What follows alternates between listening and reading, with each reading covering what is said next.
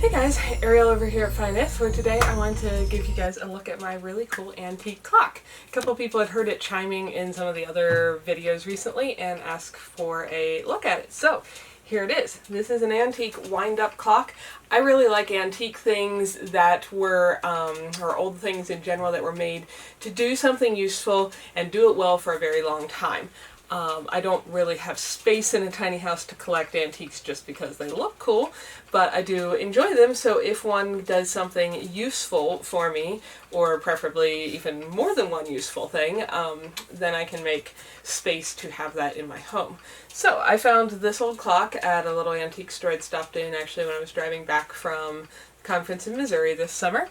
And I really like it because it doesn't take any kind of power, it doesn't need to plug in, doesn't take batteries, it actually winds up. So how that works is this little door opens and it's got this cool old-fashioned key, and then there's two little wind-up spots right here. One winds up the actual clock mechanism that keeps it keeping time, and the other one winds up the chime, because this one will ring on the half hour and then once on the half hour and then count the hour at the top of the hour. Now I just wound this up the other day, so it's not going to wind very far, but this is a 31-day wind up, so I would only have to wind it once a month. I usually try to do it like every 3 weeks so that I don't forget and let it run down and have to reset it. But to wind it, all you do is stick the key on here and then you turn that till it stops. Now I had just wound this, so that's why I didn't turn very far. If it's been running for 3 weeks, you have to turn that quite a few times, and you do that on both sides. And there it stops. So that is good for another month. This thing is really neat. It's a pendulum clock, so this is what's helping it keep the time.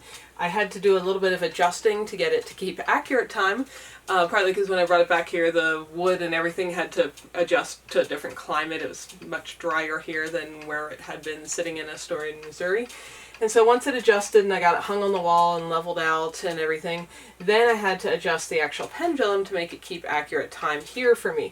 Now the way you do that is there's a little tiny like nut on the bottom of that pendulum, and it's on a threaded screw, so you can twist it up or twist it down, and it's pretty easy to remember. If you want it to speed up and go faster, you turn the nut up, which shortens this length, so it'll swing just a little bit quicker.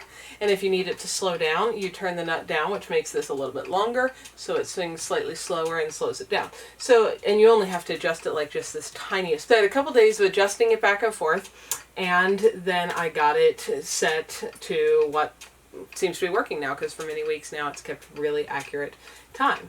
And I think it's really cool, and I love hearing it ring. People ask me, doesn't that disturb my sleep or anything at night? It doesn't. I tend to be a really sound sleeper. If I'm awake, I hear it, and if I'm asleep, I never hear it. It doesn't bother me at all. But I kind of like hearing my clock chime. So that's my new favorite antique thing that I have here. If you've got a favorite old, cool, something that came from before you were born or whatever and does something useful for you, you should let me know down below. I think all that old stuff is just neat. I like things that were well made so that they can do something useful for a long time. Thanks for watching, folks. If you're interested in more info on my off-grid tiny house life, check out some of my other videos here. And if you like what you're seeing, click the little picture of my house to subscribe and then hit the little bell so YouTube actually notifies you every time there's a new video available. See y'all next time.